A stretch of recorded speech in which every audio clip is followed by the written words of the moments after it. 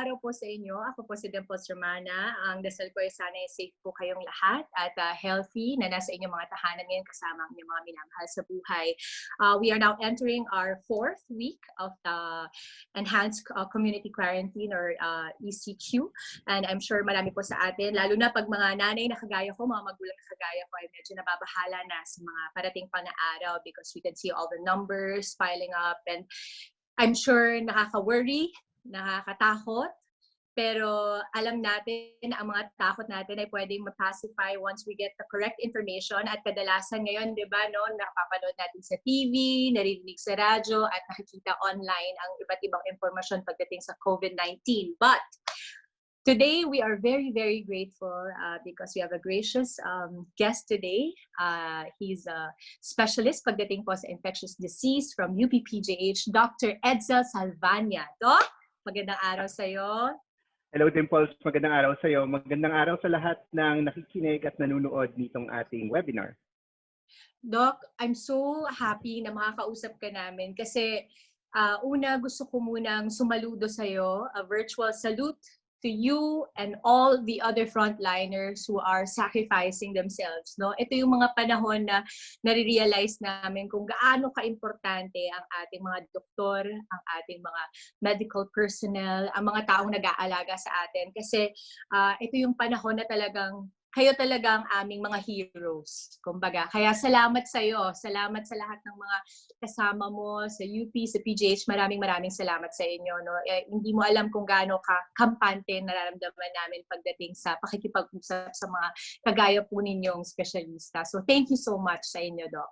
So first, unahin ko na, Doc, no? Ano nga ba kasi itong COVID-19? Kasi masyadong marami minsang impormasyon na hindi mo na alam saan ka maniniwala. Ano ba talaga ito? Ano ba ang COVID-19 at saan ito nanggaling? So yung COVID-19, actually, yan yung disease na tinatawag. COVID-19, it stands for Coronavirus Disease. Tapos 19 yung 2019. Yung nagkukos na virus sa COVID-19, ang pangalan niya ay SARS-CoV-2. So actually, SARS, parang nung severe acute respiratory syndrome, tapos CoV is coronavirus, tapos 2, kasi pangalawa siya, kaiba siya nung unang naging SARS noong 2003. So itong SARS-CoV-2 is the causative agent of COVID-19. Yung COVID-19 kasi, dalawa po yung pwedeng maging manifestations nito. Pwede pong mild na disease, about 80% of people medyo parang ubo, sipon lang at hindi naman nagkakaroon ng komplikasyon. Pero dun sa 20% na tinatawag nating severe to critical, sila yung kinakailangan na pumasok sa ospital at mabigyan ng mas magandang pag-aalaga para makarecover sila ng maayos. Now, yung COVID-19, yung SARS-CoV-2 na virus, nanggaling po ito most likely sa paniki. Dahil tiningnan po nila yung genetic material ng virus at nakita nila na isang virus na nagmumula sa paniki ay almost 96% identical dito sa SARS-CoV-2 na nagkukos ng COVID sa mga tao. At at some point siguro nakatransfer yung virus na galing sa paniki sa tao, tapos from human to human transmission na, kaya nandito na tayo ngayon. Ako, sa totoo, kasi naku-curious ako. So, yung transmission ba na yun? Kasi ang next question ko, paano siya natatransmit eh? Paano mo siya nakukuha? Paano mo siya naipapasa? Kasi kung galing sa paniki, totoo ba yun na nakain yun ng tao? Totoo ba yun? Is that possible? Well, depende kasi iba-iba ang transmission. Alam natin kung sa human-to-human transmission, dahil ito ay isang respiratory virus, sa ubo, sa sipon, usually ito ay natatransmit sa respiratory droplet. So kung may bumahing or umuubo, may mga tumatalsik na mga maliliit na droplets at pwede natin itong isinghot. At yung droplets naman na yon, pwede rin siyang dumapo sa mga surfaces at pag nahawakan natin yung surface na yon, may virus sa kamay. Pag hinawakan natin yung mata, ilong, or bibig, pwede rin mahawa sa ganon. Bagamat hindi siya kasing dalas kesa yung may bumabahing talaga at umuubo. Now, yung sa paniki, yun ang hindi natin alam. Kasi itong virus... Diba, no, Doc? Kasi when you think about it, paano yun? Bumahing ba yung paniki? Kasi di ba pag ikaw, parang it makes you afraid all the more because minsan mas nakakatakot yung hindi mo alam eh. Kung ano yung hindi mo alam, Yun yung nakakatakot. So, yun wala yung concrete na answer. Kumbaga, hindi natin alam how it was transmitted Well, alam from natin the pag bats to the yes, people. oo. Pag mag-handle ka ng paniki, syempre may mga ano yan, may mga secretions na yan, baka may sipon na Yes. lumalabas or laway, baka doon din nanggaling. Yes, correct. Okay, so Doc, paano naman ito? Kasi nasagot mo na yung doon sa objects. Ang tanong ko naman, anong mas potent? Mas sobrang nakakahawa ba yung nabahingan ka? O yung nanatili muna siya doon sa surface objects tapos nahawakan mo, nilagay mo sa mata mo? Alin ang mas nakakahawa ba doon? Oh, mas nakakahawa talaga yung pagbabahing at pag-uubo. Kaya sinasabi natin stay anywhere from 3 to 6 feet away kasi yung itong droplets na to, bumabagsak naman siya. So yung droplets kasi, kung nasa surfaces, kung nasa sahig, hindi mo naman siguro didilaan yung yung sahig or Correct. O Diyos hahawakan ko mo. Lord, Oo. wag naman Yes. gagawin yun. Okay. Pero yung problema kasi minsan, di ba, yung iba pag bumabahing sa ilong nila, tapos hahawakan nila yung doorknob, tapos hawakan mo rin yung doorknob, doon ka madadali. Kaya always wash your hands.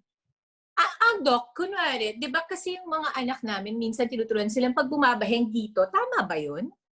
You mean sa elbow, pag gano'n? Oo. Oo, kasi at least hindi nasa kamay mo. Kasi hindi mo naman pinapahid yung Right. elbow mo sa mukha mo. Pero yung kamay mo, kung ano-ano yung tina-touch mo. Pero So, yun kailangan pala talaga yung maghugas ng kamay. nun. Correct. So, eto Doc, for example, kasi kunwari, ikaw, ngayon kasi, ang lumalabas lang yung may pass, na quarantine pass, pero nag-grocery ka pa. 'Di ba? Namimili ka pa sa palengke. Ang tanong ko, kung sa surface kumakapit, pati sa damit kumakapit? Gaano katagal yun? For example, pagka ginanon mo yung face mo, may possibility magka-COVID ka kasi kung nabahingan ka, kunwari sa likod, tapos ipinampahid mo sa face mo, is that possible? Kaya, I mean, surface pa rin yan, actually. Pero like everything else, kailangan pa rin siya makapasok sa mata, sa ilong, or sa bibig. So, kung pagdating mo, yung clothes mo, yung iba nga, Tinanggal ginagawa naman. nila, hindi pa sila papasok sa bahay, tinatanggal na nila yung clothes nila, tapos naliligo agad. So, mga ganong precautions is okay. Pag nasa grocery ka mismo, syempre, yung shopping cart, hinahawakan ng ibang tao. Yung iba, merong sinasanitize muna nila. Tapos yun nga, habang nag-grocery ka, stay 6 feet away from other people. So, kahit bumahing sila, hindi aabot sa yung droplet. At yung iba, sabi nga nila, kung meron kayong, pwede rin kayong mag-mask, yung lalo na yung cloth mask, kasi yung mga surgical mask tsaka N95, reserve na po natin para sa ating health. Yes, dapat. Para makatulong lang po. So, Doc, ito, for example, sa pagkain, kasi 'di ba, ito pag ako nagluluto ako, naka-mask ka, naka-gloves ka, pero yung mismong pinagbilan mo sa palengke, nabahingan yung gulay, nabahingan yung pagkain, kapag niluto mo ba, nawawala na yun? Yes, actually. Napaka-fragile ng virus, actually. Kasi ano lang siya, tinatawag siyang envelope virus. May parang nakabalot sa kanya na parang grasa, lipid layer. So actually, hugasan mo lang na merong soap and water, patay na yung virus na yon. At yun nga, lalo na sa atin, mainit ang panahon, mas mabilis masira yung virus on the surfaces. Pagkamat, mas maganda talaga na hinuhugasan natin, linilinis natin ang mga surfaces para mas mabilis na mawala yung virus. Naglalabas ng symptoms, merong asymptomatic. Pero yung asymptomatic, mamaya na tayo doon. Doon muna tayo sa symptoms. Ano yung usual? Yung pinaka parang pag naramdaman mo to, okay, wait, sandali. Nagre-raise ng red flag to. Paano? Okay, so yung usual symptoms ng COVID-19, ang makikita mo initially, lagnat, tsaka ugot sipon. Now, yung iba, dry cough lang rin ang lumalabas, wala masyadong plema, wala masyadong sipon. Pero yung combination na meron kang lagnat at meron kang respiratory symptoms, ubo sipon, yun usually yung pinaka-common. Problema, ganun rin yung itsura ng common cold, ng trangkaso. So, medyo pwede kang ma-confuse dyan. Oo. Pero ang pinaka-delikado na sintomas ng COVID-19 na dapat talagang dumiretso ka na sa emergency room is kung mahirapan kang huminga. Dahil yun talaga yung kakailanganin ng supportive care. At lalo na dun sa mga taong magang-maga talaga yung mga baga nila. Kailangan ng intensive care unit, yung iba linalagay sa ventilator para mabuhay sila. Doc, okay, kasi 'di ba, like you said, nilalagnat. What is that indication about? Like, bakit nilalagnat? Is it because of the infection? Or kaya meron siyang ganong klase ng combination na respiratory symptoms tapos yung lagnat? Ganun po ba yun? Yes, so it's a respiratory virus. And so yung immune system natin na nagre-react sa kanya, yung lagnat kasi, isa yung adaptive mechanism ng katawan natin. Pag mataas kasi yung temperature, yung immune system is working faster, yung mga enzymes mo are more efficient para ma-clear yung isang virus. And in most of the cases, 80% of the time, gumagana naman ito at nagiging parang ubot-sipon lang talaga siya. Doon lang talaga sa 20% na medyo nagkakaroon ng komplikasyon, yun po talaga ang kinakailangan na masuri ng doktor, masuri ng maayos at mabigyan ng supportive care. Okay, so I'm super curious, Doc. When you begin having these symptoms, like you said, kapag nahihirapan ka na huminga, that's when you go to the ER. But say, ang isang ordinaryong tao, nakaramdam ng mga sipon, konting ubo, or umuubo sila, dry cough, tapos biglang may lagnat sila, and they feel like, okay, sige, i-combat ko muna to, try ko muna sa bahay, baka pwede, para hindi muna ako sa ospital or makahawa sa iba. Ano ang mga pwede mong gawin? So yung important dyan, parang ubot-sipon lang rin, pwedeng symptomatic na na paggamot, drink a lot of fluids, yung iba gumagamit ng mucolytics, antihistamines para hindi ka bahing ng bahing. Pero ang important kasi, lalo na ngayon may COVID-19, is dapat i-isolate mo yung sarili mo para hindi mahawa yung mga tao sa bahay. So kung meron kayong single room sa bahay, swerte, karamihan naman walang ganon, pero kung meron kayong single room, pwede doon. Pero ngayon, ang ginagawa ng mga LGUs, ng mga barangays, is kung wala kayong single room sa bahay, gumagawa sila ng tinatawag na community quarantine center. Para kung may sintomas ang isang tao at wala siyang means na mag-isolate, pwede na doon. Rather than pupunta ka sa ospital, baka mahawa ka pa ng COVID dun sa ospital kasi mas maraming kumbaga, COVID wala doon. ka naman talagang COVID, pero since nagpunta ka ng ospital at merong may COVID doon, pwede talagang matransmit yon sa'yo dahil mas mababa ang immune system mo. Tama, Doc? Kumbaga, may sakit ka na as it is. Bukod pa doon is that gusto talaga natin yung pumunta lang sa ospital, yung nagkakaroon talaga ng shortness of breath kasi sila talaga dapat yung priority. Kasi kung lahat ng taong nag-iisip na may COVID sila, pumunta, season rin ngayon ng trangkaso at ng ubo-sipon, ma-overload talaga yung ospital natin at mamamatay yung mga taong kailangan talagang nasa ospital. At saka summer kasi ngayon, Doc, no? Lahat talaga parang medyo, kumbaga, ako kasi meron akong anak na 16 years old, so may teenager ako, at meron din akong 5 years old. So pag nanay ka, may anak kang ganito, no, lagi kang napaparanoid na ano pang pwedeng gawin na habang nasa tahanan ka. Sometimes kasi when you are home, you feel automatically parang helpless because hindi ka makalabas kaagad. Kumbaga, if you need something, it's not easy katulad ng dati. Okay, so let's talk about being asymptomatic. When, kunwari, wala tayong nararamdaman, pero meron daw palang mga may COVID na hindi naglalabas ng symptoms, pero nakakahawa sila at yung mahahawaan nila, hindi naman din asymptomatic yun. Pwedeng yun ang maglabas ng symptoms, Doc, no? So, anong klaseng mindset ba ang dapat meron tayo ngayon na merong COVID sa paligid at pwede rin na hindi tayo naglalabas ng symptoms pero may COVID tayo? Anong dapat mindset mo? Well, important pa rin talaga yung social distancing na 6 feet away para hindi talaga maka-transfer yung virus. 6 feet away, no, Doc? 6 feet away. Ang 6 feet away, ibig sabihin, pag naglakad ka, parang roughly ganon, or mga ilang metro ba yan? Mga 2 metro. 2 metro, okay. Yes, oo. So, yung ipaliwanag ko lang, yung asymptomatic versus pre-symptomatic. Ang ibig sabihin ng pre-symptomatic is magkakaroon ka rin ng sintomas pero hindi pa nagsisimula. So, ang alam natin sa COVID kasi, pag nahawa ka ng COVID, it takes about 5 days bago ka magkakaroon ng lagnat, ng ubo, ng sipon. So, ang tansya nila is about 1 to 2 days before lalabas yung mga symptoms nun, meron ng virus sa ilong mo at sa bibig mo. So kung nagsasalita ka, tumatalsik yung laway mo, pwede siyang makahawa ng ibang tao. Although hindi siya kasing efficient nung bumabahing ka talaga.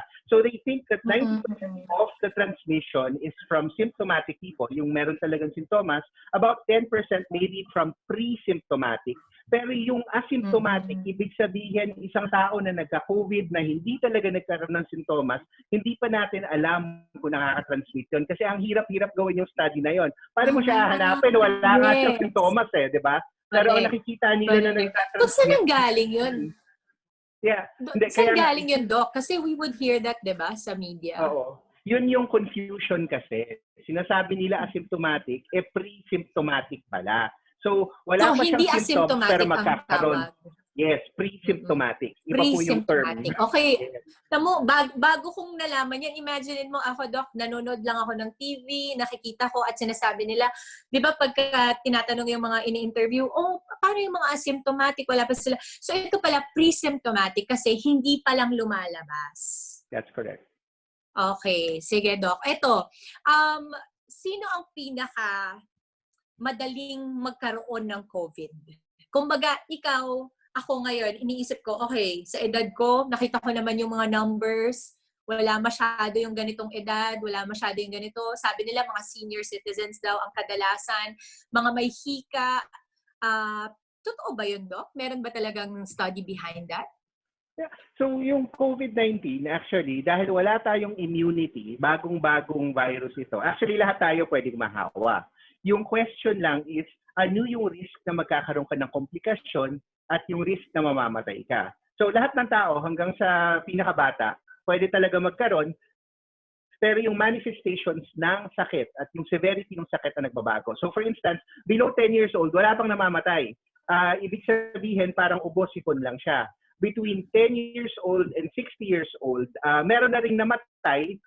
Minsan kasi talaga may mga iba-ibang sakit. Pero between 10 and 60 years old, yung mortality rate niya is mga 1%. So, a little worse than the flu. Pero above 60 years old, ang risk na mamatay ka is more than 10%. So, para siyang SARS.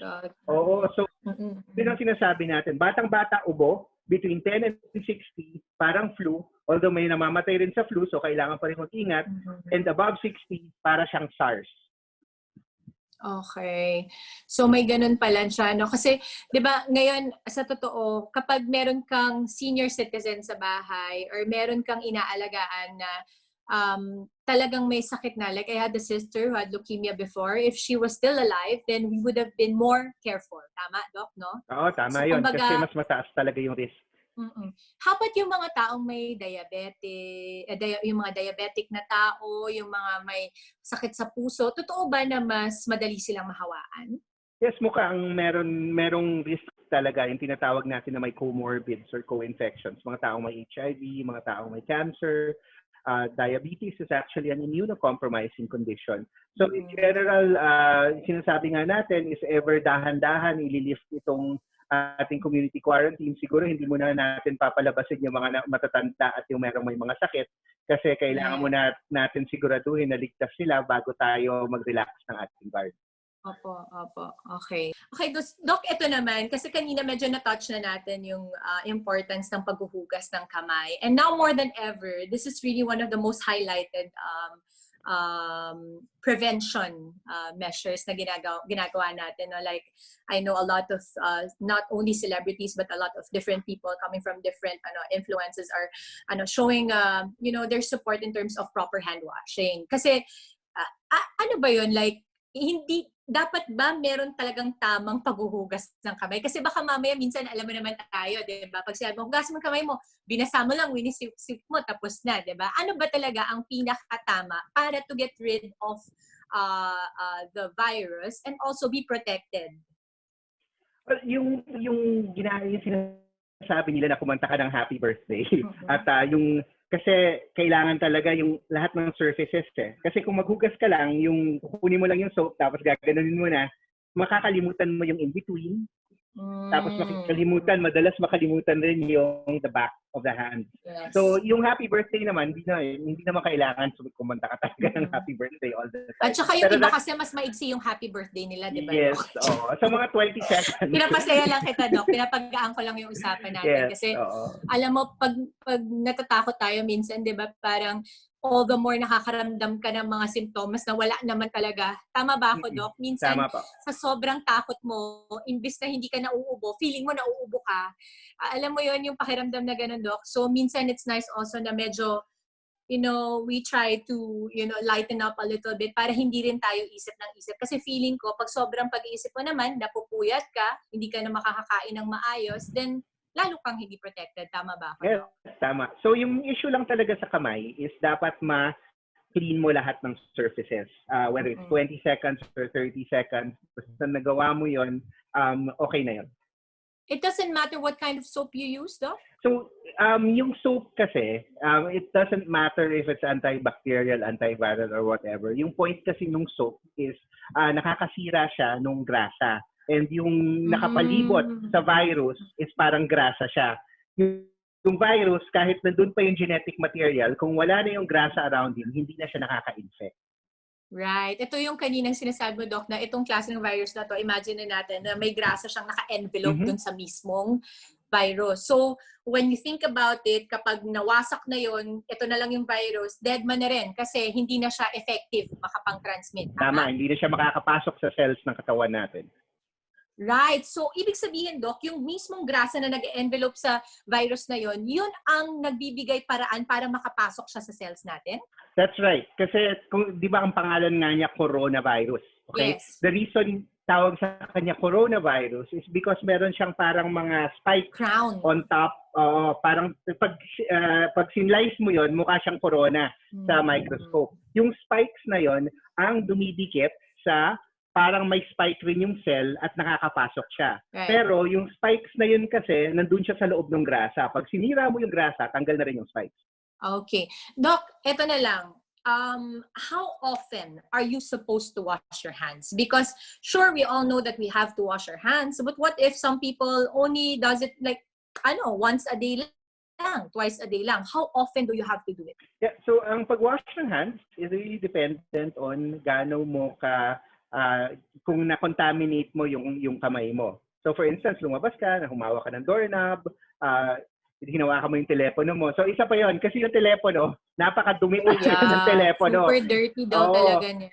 Dinadala pa sa toilet and everything. So yun talaga yung issue doon. So you have to wash your hands every time there's a potential for contamination. Sa aming mga doktor, we wash our hands before seeing the patient, we wash our hands after seeing the patient, and we wash our hands between patients. So, yung point lang talaga doon is kasi pag humahawak ka ng mga bagay na potentially contaminated, you want to wash your hands para hindi ka at risk na yung na-contaminate sa kamay mo ay malagay mo sa mata mo or sa ilong or sa bibig na doon ka magkakaroon ng sakit. So that's how often? Depende sa'yo. Kung ilang beses pakiramdam mo parang nadumihan ng kamay mo or lumabas ka. Okay, Doc. So, let's move on to the face masks. Pero ito kasi sobrang daming usapan dito. Ito yung dapat, ito yung hindi dapat. Ano ba talaga kasi ako, when you ask me, kasi kami, I'm trying to help out also Angel, my best friend, who is doing such a great job with United We Stand PH. It's actually a project, Doc, that gives to frontliners and hospitals extra space.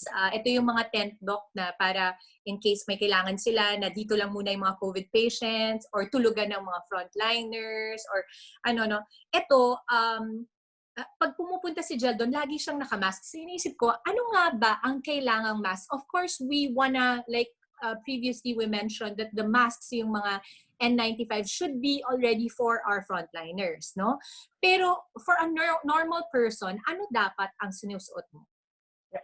So, yung mask kasi, ang mga studies talaga dyan, lalo na sa mga taong may sakit, yun talaga ay effective. So kung may ubo-sipon ka, tapos gumamit ka ng mask, hindi lumalabas yung droplets, ma-prevent yung pag-transfer.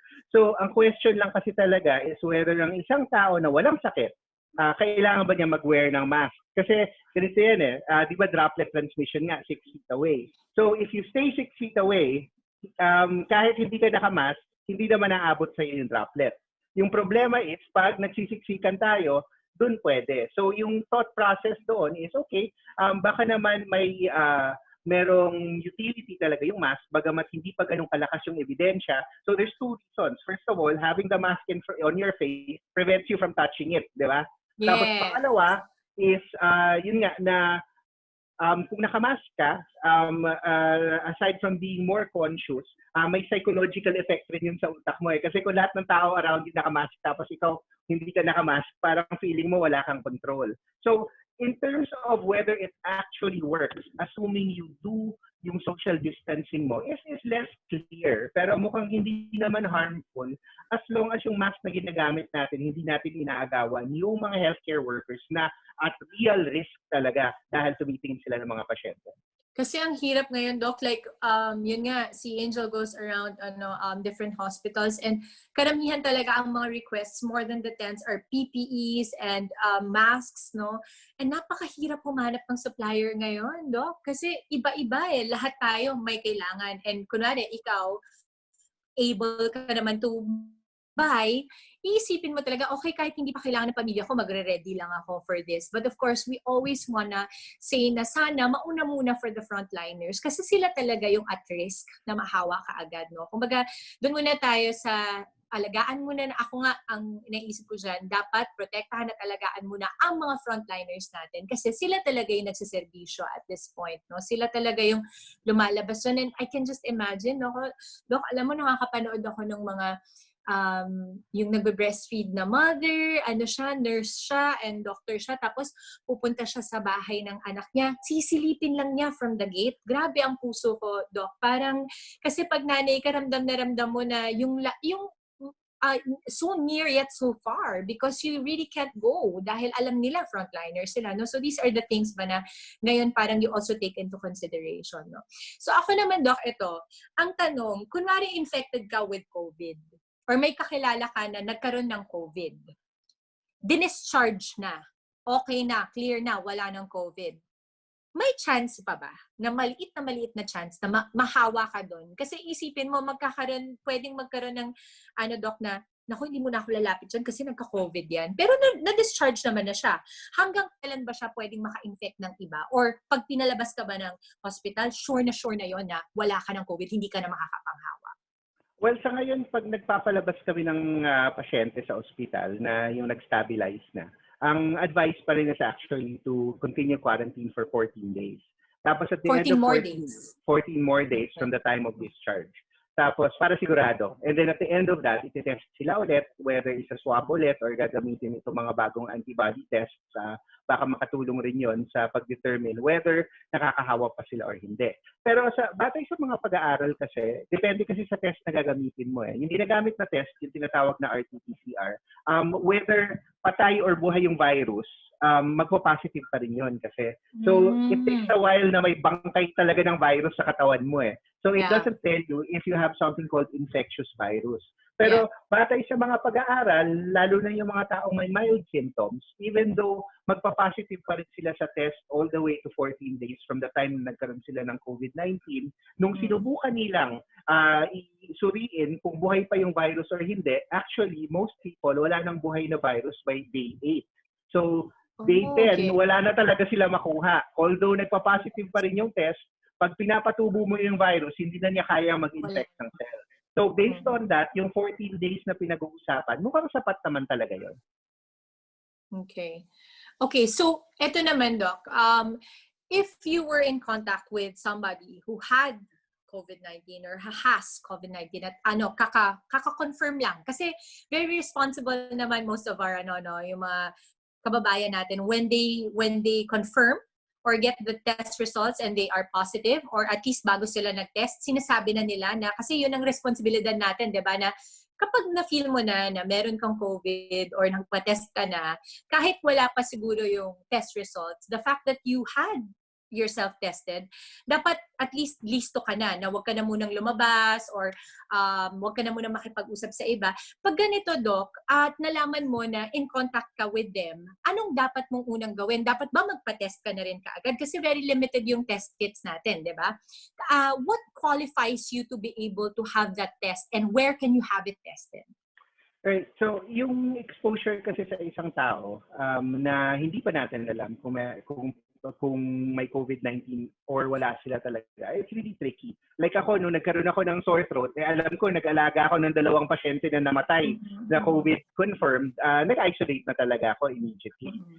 Pero kasi hanggang sa hindi nako-confirm yon, hindi ko masasabi dun sa mga tao na nakipag-contact sa akin na kailangan nila mag-isolate unless magkasintomas sila. Okay? Right. So kasi hindi pa naman sila magiging PUM. Yung PUM kasi tao na asymptomatic na na-expose. So technically, kung hindi pa ako confirmed, hindi pa sila PUM. Pero kung magkaroon sila ng sintomas... Doc, is, let's just, PUM is persons under monitoring. Yes. Oo. Okay. So, kasi yun yung mga numbers na nakikita natin sa mga barangay namin eh. So, ang ibig sabihin pala ng PUM ay persons under, people under, is it persons or people? Persons under monitoring. Persons under monitoring, walang symptoms. Correct. Walang symptoms pero may exposure. Kaya sila minomonitor. So, kung hindi pa confirmed yung tao na na-expose sila to, hindi pa sila PUM. Kasi, pa-confirmed yung exposure. Pero oras na yung taong yon maging confirmed, PUM na sila. And yung 14 days na bilang ng isolation is from the time of last contact with that person. Okay. So, kung nakita sila 3 days ago, dun 3 days ago, yung simula mo ng 14 days na sasabihin mo na PUM siya, assuming confirmed yung tao. Kung hindi siya confirmed or kung negative siya, hindi ka PUM. Hindi siya PUM. Okay, dahil nandun na tayo sa PUM, Doc, dun tayo sa PUI. Persons under investigation. How do you move on to that? Is that like a graduating thing? Like, so PUM ka, tapos nagkaroon ka na ng symptoms, so PUI ka na? Ganun po ba yun? Pwedeng ganun, or pwede rin, pagpasok mo, may sintomas ka na talaga. Kasi originally, 2 yung risk natin eh. Unang-una is travel to an area na merong sustained community transmission. Una, China lang yon. Tapos kung saan-saan na, halos buong mundo na ngayon meron ng ganun. Or the second is exposure to a confirmed case. So kung wala ka pang symptoms, pwede kang maging PUM na ganun. Pero may mga tao naman, out of nowhere, may sintomas na, pumunta sa ospital, tapos sa community nila, merong nag-circulate, hindi naman sila PUM dati, PUI na agad ang pangalan nila. Kasi alam natin na meron na talagang exposure in the community, but at the same time, symptomatic na sila. So kailangan na talaga silang i-isolate at i-test. So when you're PUM and PUI, do you automatically have to be tested? Yung PUI, yes, automatically dapat tinitest yan. Ang PUM kasi, problema with testing asymptomatic people is yung mataas yung chance na magne-negative yung test kahit infected na sila. Kasi yung virus, pwede pa magtago yan habang wala kang sintomas eh. Kaya nga hindi ganun kataas yung risk from pre-symptomatics or asymptomatics dahil yung virus, mababa pa yung level. Right. Pag ginawa mo agad yung test na maaga pa, baka mag-negative siya. So mas delikado yun kasi papakawalan mo siya, yung pala meron siya. So yun yung mga considerations na ayaw rin naman natin i-test. Pero yung isa pang pwedeng gawin dun sa mga asymptomatic na PUMs, ito nga yung inaaral para dito sa tinatawag na massive testing, is yung parang pregnancy test na dugo na antibody. It's not very good yet kasi kailangan pa natin i-validate ito. Pero yung mga walang sintomas, baka naman kasi pwedeng gawin. Ayaw mong gamitin yun sa symptomatic kasi baka mahawa ka pa kung gawin mo. Yes. You can use it to supplement. Pero important pa rin talaga yung nasal swab para dun sa mga taong may symptoms para mas maayos yung ating pag-treat sa kanila. And where can you get the tests? Like, where can you have yourself tested? Right. So yung swabs ngayon, sa ospital lang po talaga ginagawa. Libre siya sa ngayon. Kailangan pa po talagang i-assess ng doktor kung PUI nga ang isang tao. At kasi it's a combination of symptoms, exposure, at kung ano-ano pa. So pag sinabi ng doktor na okay, mukhang PUI ka, tatawagan niya yung tinatawag na RESU, yung Regional Epidemiology Surveillance Unit. At yung RESU mismo ang co-coordinate ng testing kasi nasa kanila yung test kits, yung swabs and everything at i-direct yun sa laboratory na maaaring magsuri sa isang tao. Ngayon, may mga bago na tayong laboratories that are coming online and even some private laboratories are going to come online that can offer it pero magbabayad lang nga kayo. Yung sa government kasi sa ngayon, libre, ang actual cost ng test niya is about 5,000 to 8,000 pesos. Pero Wow. binibigay ito ng libre ng gobyerno sa ngayon kasi yun po talaga yung kailangan gawin para malaman kung may COVID or wala ang isang tao. Kaya dapat talaga maraming konsiderasyon, no, Doc? Kasi mahal yan, ha? Medyo mataas ang presyo na yan para sa normal na,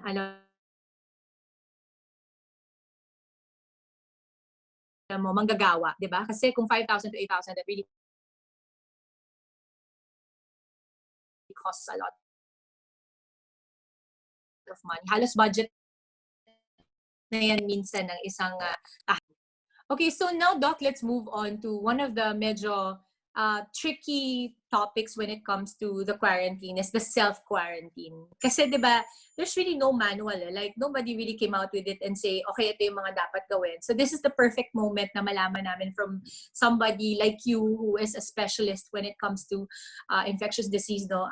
Pagdating sa self-quarantine, ano yung mga dapat matandaan mo? Kasi ito, ikaw ang nagdedesisyon nito. Remember, over the conversations that we would have kanina pa, we would always talk about, okay, when you don't feel like you need to go to the hospital, don't just isolate yourself, do a self-quarantine. Pero what does it really mean to do self-quarantine? What is the first step?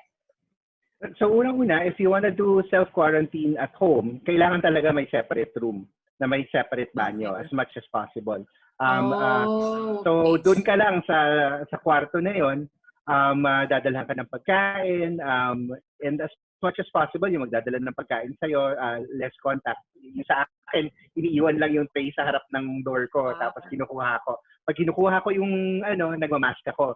So, you just kind of minimize yung contact with people. As much as possible, don't go out of the room. If you have to go out, wear a mask, keep 6 feet away from everyone. Pero ako, hindi talaga ako lumabas kasi hindi ako pinalabas ng asawa ko. So, ito yung literal na tawag dyan, yung outside the kulumbo ka talaga. No? Yes, nakakulong ka talaga. So, yung sa naman, sa community, kasi kung wala kayong sariling kwarto, sa community, ang ginagawa nila is, kung merong available na facility na may single rooms, mas maganda talaga. Pero kung hindi, they're making sure na yung beds are at least 2 meters away from each other. Tapos, ganun rin sa paggamit ng banyo, kailangan 2 meters away from each other. Maganda, kailangan dapat yung ventilation. Yun nga, lalo na dun sa mga community quarantine centers, kinakailangan meron rin talaga dun either nurse or barangay healthcare worker na makakapag-monitor sa mga tao. Kasi kung mahirapan kang huminga, kailangan isugod ka na sa ospital. So that's the way you can do home quarantine. As much as possible, stay in your room as long as meron talagang magbibigay silang pagkain at iba-iba pa. And kung hindi kaya yon, then get in touch with your LGU, with your barangay, and see if you can be accommodated dun sa mga barangay quarantine centers. Doc, okay, really quick question. Medyo practical tong tanong ko na to. Dahil hinahatid sa'yo yung kainan mo, mas dapat ba na yung pinagkakainan mong plato at kubyertos mo ay ikaw lang talaga ang gumagamit? Yes, ideal yun. No? Pero pwede rin naman as long as mahugasan siya na maayos. Remember, yung virus is not very, very strong. Nung nasa hospital ako, lahat ng pinapagkainan ko na binibigay nila sa akin, lahat disposable. Kasi ayaw na nila hugasan. So, tinatapon ko na lang talaga. Like, minsan hindi mo masabi, nahugasan ba talaga ng maayos? Di ba? Yun ang nakakatakot. So, baka first safety. Yung mga talaga, 14 days din ba to? So, like, sa akin, naging PUI ako, nakuha ko yung test ko on the 6th day. So may backlog pa kasi talaga dati nun. So nandun lang ako sa hospital. Nag-x-ray ako 3 beses kasi inuubo talaga ako. Hanggang ngayon may konting ubo pa rin ako eh. So minumonitor ko rin yung... Basta Doc, lumayo lang ako sa'yo ng mga 6 feet. Hindi pala kailangan kasi online naman. Ibang virus yun. Nakaka-praning kasi, Doc, diba? Kumaga parang okay. At tinan mo, iniisip ko pa lang yun dahil ang lapit mo sa akin, iniisip ko, okay, hindi ka pala. Hindi siya nakukuha online. Okay. Hindi naman. Ibang virus yun. So, yung sa, kasi, yung ginawa ko rin sa akin, kasi nung minomonitor ako, every time may papasok para mag-vitals, kailangan nila mag-BS. Sayang yung PPE. So sabi ko sa kanila, iwan nyo na lang yung stethoscope dyan at saka yung Oh BP my app. Tapos God. yung telepono ko meron namang pulse ox. Sabi ko, wag na tayong gumamit kasi other monitor ng vitals ko. Ako na, tapos tinatawagan ko na lang sila. Tapos imbes na pumasok yung tao, yung tray ng pagkain, pinapaiwan ko na lang sa labas. Nagmamask na lang ako pag lumalabas. So, Doc, salamat sama tayo. Kasi salamat dun sa sinabi mong yun. Kasi alam mo ito yung mga maliliit na bagay na minsan na overlook natin eh. Yung mga little things na we feel, okay, pwede na to kasi yun naman talaga yung pwede. Pero kung kaya naman na makatipid, kaya naman na kunwari, kung ikaw na nga, doctor, you can do that on your own and you trust your judgment to be able to deliver that kind of then you can. Kasi minsan, di ba, yun, same goes for anything that we need at the moment, right? Like the food that we go to the grocery for, buti na lang, all the groceries, they came out with that rule na anti-hoarding. These are the things, parang ganun yung in-explain mo, Doc, di ba, na yung PPE, para hindi na paulit-ulit na, sayang, you can also make use of that. So I hope that everybody who are watching now will also have that kind of mindset, no, na okay, ang PPE at mga N95 para lang muna to sa mga frontliners natin, di ba? Itong let's just buy what we need at the moment, what our family needs at the moment, di ba? Kumbaga, yun lang muna para magkaroon pa ng naiiwan at natitira para sa iba pa na talagang nangangailangan nun mismo. Kasi minsan ginigauge lang natin, kailangan ko ba talaga to? Or ipaubaya ko muna sa iba na talagang nangangailangan pa, no? Tama ba, Doc? Tama naman. Okay, so, eto na. May mga patients daw na initially nagne-negative and it turns out positive for COVID-19. Paano nangyayari yun? Ito po ba yung sinasabi nyo kanina na pre-symptomatic?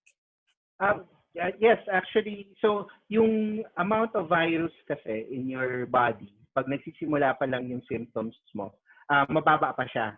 So, pwedeng yung test kasi, even though yung tinatawag na PCR itself is a very good test, yung pagkuha ng sample is different. So, pinakamagandang sample dyan is yung lalagyan ka ng tubo sa bibig tapos parang uhugasan nila yung lungs mo. Pero hindi mo naman gagawin yun sa lahat ng tao. So, the next best thing is yung parang sa ilong na pinapasok. Hanggang sa likod yun ng ilong actually. Para kang tinutupok sa utak noon, oo. Pero yun actually... Dok, parang nagganon yung parang yung husband ko nung bago siya nagkaroon ng, ang tawag dito, yung chine-check yung sa nasal niya, bago siya nagpa-tonsillectomy. Tama ba ako? Yun din ba yun? Is it the same?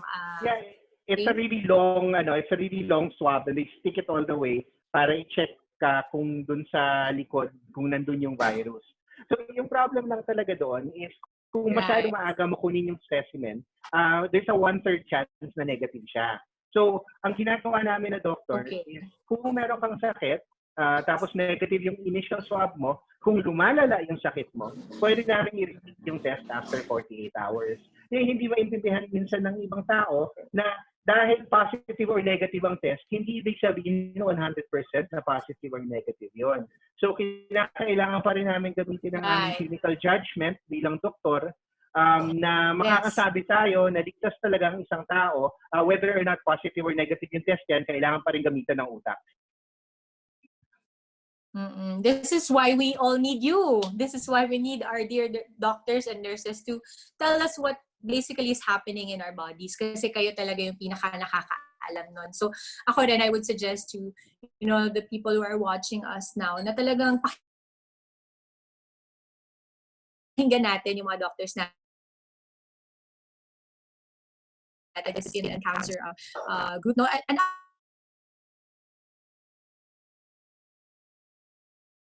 online, they actually provide consultation. Tama po ba ako? No? Some of the community, some frontliners from the medical community are actually allowing their services to be available to people like us na walang alam pagdating sa kung paano siya puksain or paano alagaan ang mga katawan namin. I heard that some groups are actually doing that you can ask your friends, your doctor friends who can help you with that.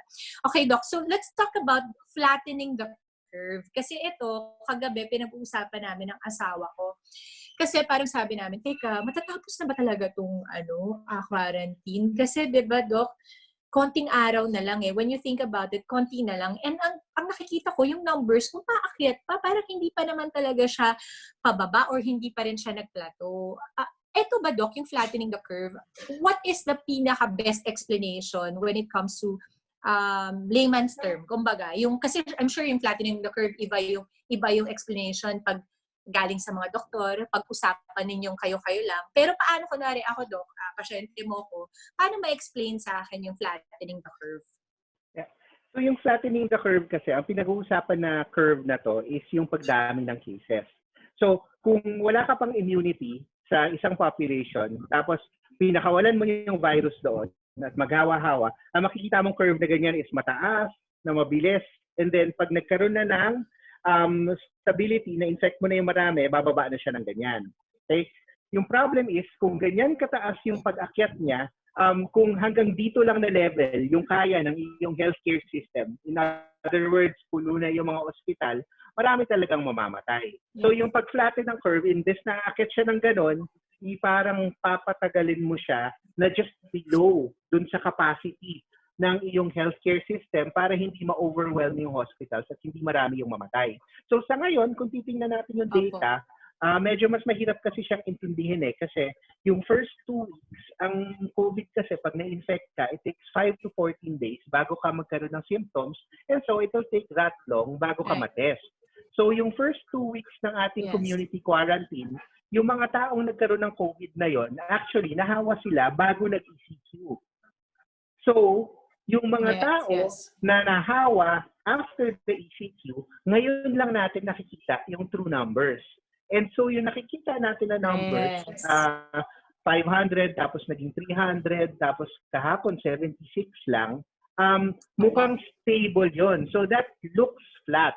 So sa epidemiology sa amin, kung walang ECQ, ang tinatawag na doubling time or how many days it takes para magdoble yung number of cases, kung wala kang intervention, 3 araw lang dapat yan. Kung mukhang gumagana yung intervention mo, mas humahaba. So sa ngayon, ang doubling time natin is already 6 days. So that's actually good news.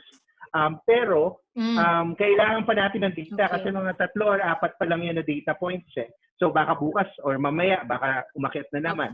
So kailangan talaga natin muna ng pag-aralan kasi itong this week and next week will tell us kung ano yung early effect ng ECQ in the first 2 weeks. Kasi ngayon lang nagsisilabasan yung mga tao na merong sakit. And then from that, we can either go, lalo na if it's working well, then baka naman kailangan natin i-extend ng konti or pwedeng luwagan lang ng konti. Pero hindi natin talaga tatanggalin yan agad kasi baka umakyat na naman ulit. Yes, like you were saying earlier, Doc, na pwedeng wag munang palabasin yung mga seniors natin, yung mga may sakit, yung mga medyo other ways for you to prevent yourself from having COVID-19. What are the things that we can do? Like when you're home, is it like boosting your immune system? Or how do we do these things? Well, important pa rin talaga yung pag-alaga sa ating katawan. Kasi a good immune system is really something that you get from having a healthy body. So get enough sleep, at least 8 hours a day, eat a healthy diet. Actually, supplements are not really all that necessary if you eat a balanced meal, but most of us don't eat a balanced meal. So okay lang rin naman yung supplements, but don't overdo it. May mga nakikita akong tao umiinom ng 2 grams of vitamin C in one day. Sasakit yung tiyan mo doon. Wait, Doc, gusto ko malaman yan sandali, Doc, kasi parang guilty ako dyan. Kasi, syempre, minsan parang feeling mo, okay, di ba sabi nila, Doc, di ba, hindi ko alam kung naririnig mo to sa normal na tao, yung uminom, mag-double dose ka ng vitamin C kasi iihi mo lang yan. Totoo ba yun, Doc? Well, yes. Actually, although you only need siguro mga 80 milligrams of vitamin C in one day. Tapos pag nag-500 ka, iihi mo lang yun. Pag gumamit ka naman ng 2,000 milligrams or 2 grams, ang problema nun, acid pa rin yun So, pwedeng sumakit yung sikmura mo. At kahit hindi mo siya, tumataas din yung risk na tinatawag na yung oxalic acid na pwedeng mag-cause ng kidney stones sa iyong kidneys kung sobra-sobra ang vitamin C na iniinom mo. So, dahan-dahan rin kasi ang kailangan mo lang talaga is 80 milligrams, 100 milligrams. Kung gusto mo talaga uminom ng 500, be my guest. Pero beyond 500, huwag na siguro kasi baka lalo makasama pa. So wag na yung mga 1,000 milligrams, wag ganon. Dapat ano 500. lang, Yeah, 500 500 is lang. more Okay, than enough. Doc. Let's go. Buti na lang nakausap kita, Doc, dahil baka papunta na ako doon. Natatakot ako sa ganyan. Minsan kasi, di ba, inisip mo, since supplement, inom ka lang ng inom, pero mali din pala. Anything talaga dapat in moderation, no, Doc? Doc, I have a question. How about vitamin D, vitamin D3, zinc? Because I've been hearing that these things also boost your immune system. How effective is it in terms of, can you mix it with vitamin C when you drink in a day? Yeah, well, yung mga supplements nga are still okay in moderation. Huwag lang talaga sobra kasi may toxic effects rin talaga itong mga to. Right. Wala namang masama to taking a multivitamin a day that already has zinc, that has vitamin D. Siguro a lot of people like vitamin D ngayon kasi lalo na yung mga hindi masyado nakakalabas, kung walang inaarawan. So, yeah, where were we? Vitamin D? Or vitamin D? Yes. Okay. Yeah, so yung ano lang naman kasi sa vitamin D, sa vitamin D, ganun pa rin. It's like in moderation pa rin talaga. Kasi too much of anything is bad. So yung sa vitamin D lang siguro, yung maganda lang na isipin natin doon ngayon. Kasi marami sa atin hindi masyado nakakalabas, hindi naaarawan. So usually that's how we get our vitamin D kasi. So yung vitamin D na ininom sa supplements, those are actually already bioavailable. So it's not a bad thing. But again, huwag sobra-sobra kasi baka malason pa po kayo.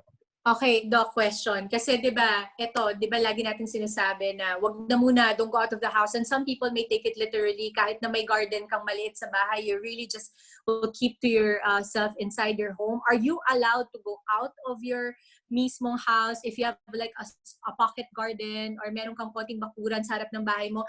Are you allowed to go out? Is it safe?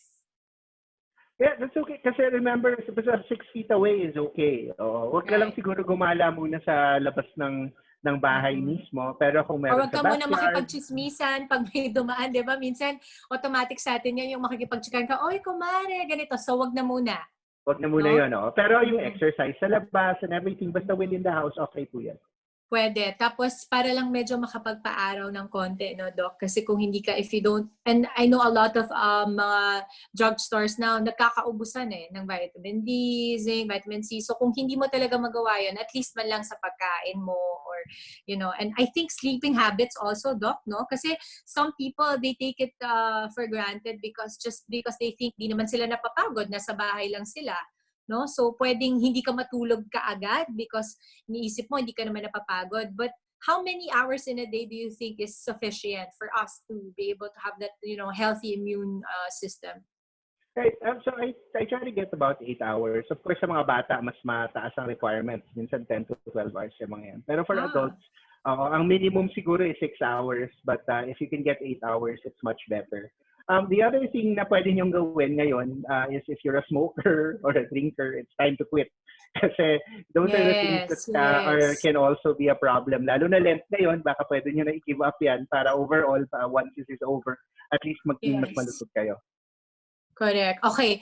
Doc, if a family member daw tested positive for COVID but was sent home because hindi naman talaga ganun kagrabe yung mga symptoms, binigyan lang siya ng, say, for example, gamot, and sinabihan lang siya, okay, mag-self-isolate ka. How do you take care of that patient? Kasi kanina, we were looking at it at the perspective of somebody who was sick. But looking at the perspective of somebody who wants to take care of that sick person, anong dapat kong mga alam na mga dapat kong gawin para to make sure lang na hindi kami magkahawaan? Yeah. So, kung kaya naman ng taong alaga sa sarili niya, mas mabuti yun. So, yung parang quarantine pa rin na ginawa ko sa akin. Ang bigger problem is if it's an elderly person na kailangan talaga ng assistance, kailangan tubuan ng pagkain, yun mas problematic yun. And in some cases, even though medyo mild yung disease, mataas yung potential na magkaroon ng komplikasyon. So in some cases, ina-admit po talaga namin sa hospital. Kasi risky pa rin talaga, pati dun sa caregiver.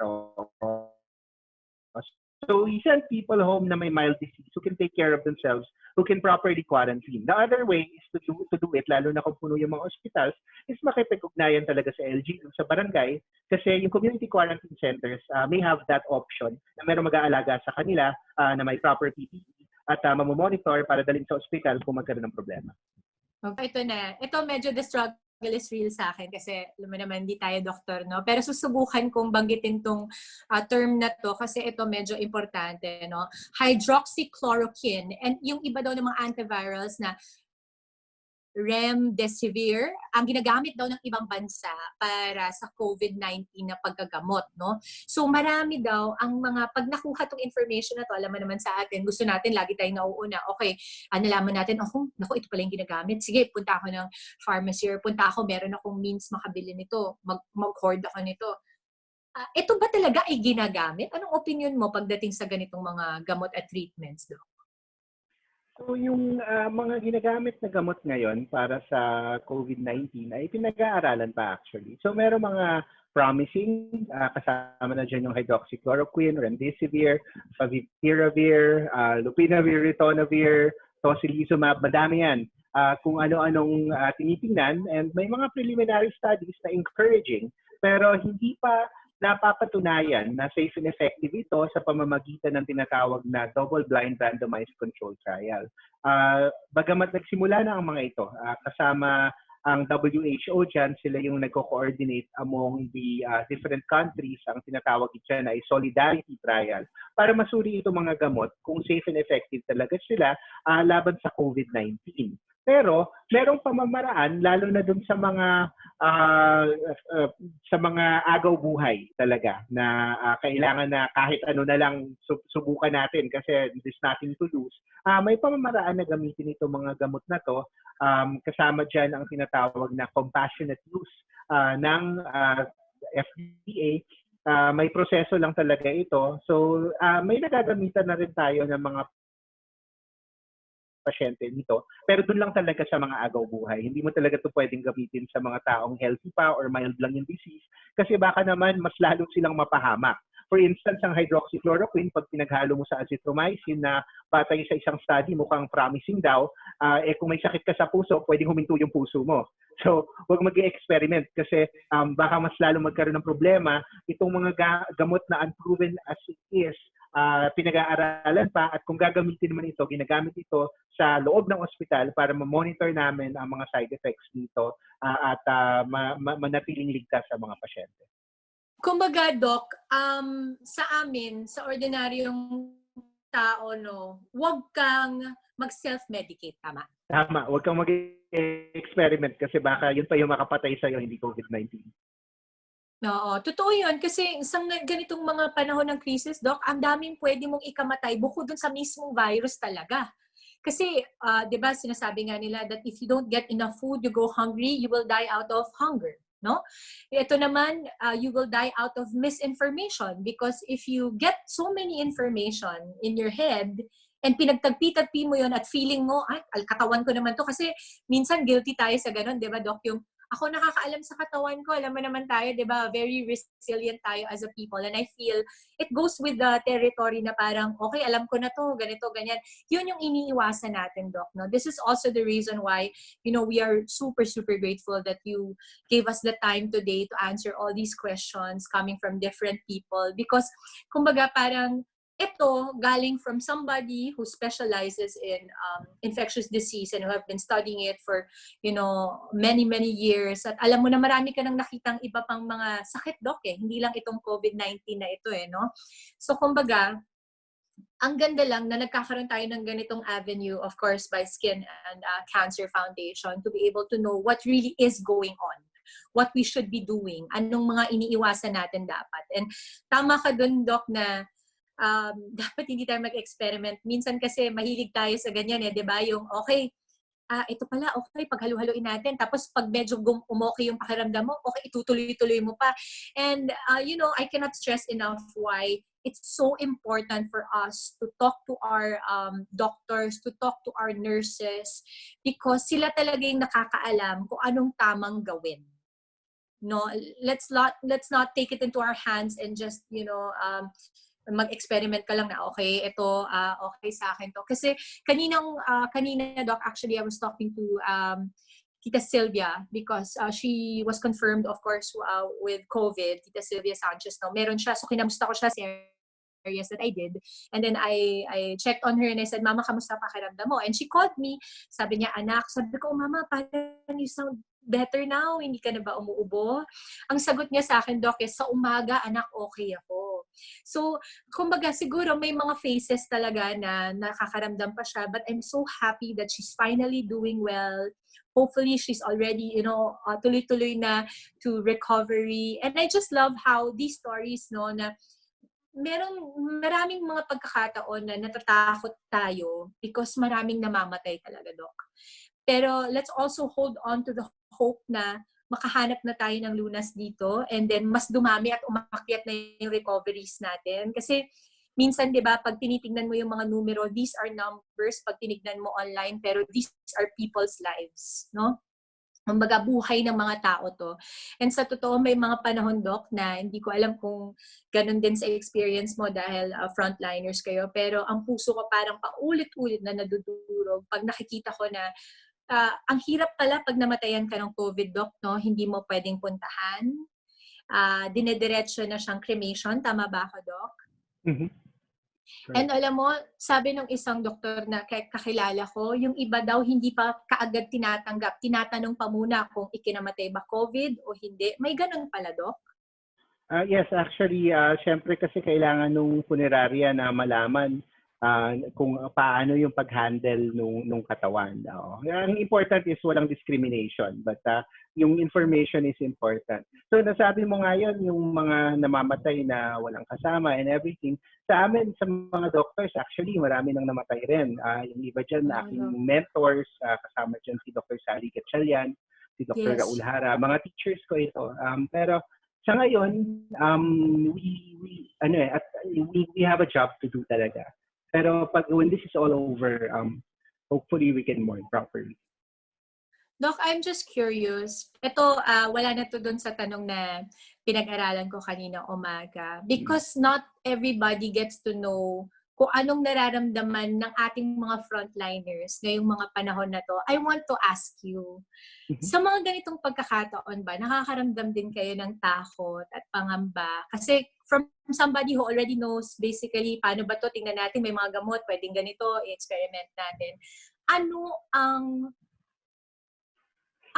somehow pakiramdam ng isang frontliner at this point na kayo mismo ang talagang inaasahan ng sambayan ng Pilipino to save all of us? Anong pakiramdam ng ganon? Nakakatakot siya actually. To be honest, every time I put on the PPE, iniisip ko talaga, tama ba itong ginagawa ko? Kasi you have to protect yourself. Pagpasok mo sa kwarto, super aware ka kung anong hinahawakan mo, kung anong sasabihin mo sa pasyente, kung okay yung mask mo. So nakakatakot talaga. Tapos paglabas mo, pagtanggal mo ng PPE, mas nakakatakot. Kasi pag naglalagay ka, important lang na proper yung paglagay. Pero pag tinatanggal mo, contaminated na yun eh. So kung magkamali ka, pwede kang mahawa. Tapos lalong-lalo na pag uuwi ka sa bahay, isipin mo, inuuwi ko ba itong sakit na to sa aking pamilya, pwede silang mahawa. Kaya nung time na nalaman ko na namatay yung isang pasyente ko, tapos that morning, nagkaroon ako ng sore throat, takbo agad ako sa ospital. Kasi ayoko na talagang i-expose yung aking pamilya. But, we accept these risks. It doesn't mean we're not scared. We're very scared. We're actually more scared for our families than dun sa pamilya namin. Pero it's our job. This is us standing between the Filipino people and the monster. That is COVID-19, that is SARS-CoV-2. So that is our job and tanggap namin na parang kawal, di ba? May mamatay talaga. Pero you have a job to do. So kailangan maging matatag. Dok, kaya kasama ng lahat ng nanonood ngayon, ako na mismo, sobra-sobrang pasasalamat ko sa inyo. Maaaring pagkatapos nitong conference na to, hindi tayo magkita ng personal, pero gusto ko alam mo na coming from my family, we are grateful. Grabe na iyak ako, ano ba yan? Iba kasi yung nakakausap ka ng frontliner tapos gusto ko lang malaman yung bilib na bilib ako sa inyo. Kaya salamat sa inyo talaga. Doc, if there's anything na lang that you want to tell the people now who are watching, coming from a frontliner like you, anong pakiusap nyo na mangyari sa ating mga normal na mga Pilipinong lumalabas pa rin because they're also frontliners on their own. Of course, our frontliners include our security guards, the ones who are still in the food supply chain. Kayo coming from the doctors, what do you want to tell them? Any special message for kapwa ninyo na frontliners and also for people who are watching us now? I think pinaka-importante maintindihan natin na ang problem na to ay malaking-malaki po talaga, maraming mamamatay, marami nang namatay.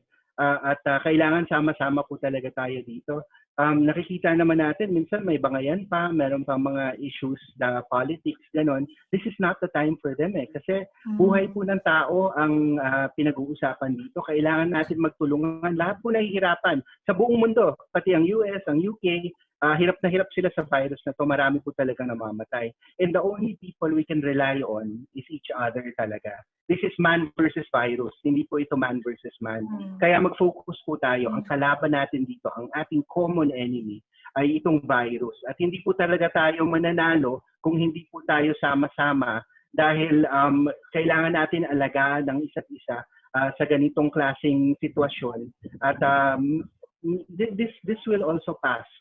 Kailangan lang talaga natin gawin yung karapat-dapat at maging matatag at maging united para po mas konti yung mamatay at makarecover po yung ating bansa at ang buong mundo versus this virus po. Doc, maraming salamat. Also, I want to take this opportunity to thank every single person, lahat po ng nanood sa atin ngayon. Maraming salamat sa inyo at sana ay nakapagbigay po tayo ng importanteng impormasyon na legit, valid at mga bagay na practical na pwede nating gawin sa ating mga tahanan, sa ating mga pamilya habang nilalabanan natin itong COVID-19. Also, I want to thank, of course, Skin and Cancer Foundation for making this possible. And of course, we want to thank all the frontliners, all the doctors, nurses, medical personnel, everybody who are still in the food supply chain, also our guards, our army, lahat po ng mga sundalo natin na nagpapatupad ngayon ng batas, ang ating mga kapulisan, maraming salamat. All the LGUs who are helping one another, our government, thank you so much po, and all the private sectors who are giving. And now we can see how beautiful it is to actually come together and help one another, to inspire one another, to be with each other during these times, kahit virtually man, online, or physically, basta social distancing, no, Doc?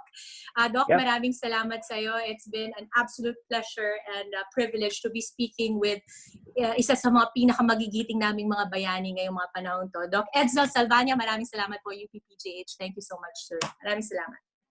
Salamat.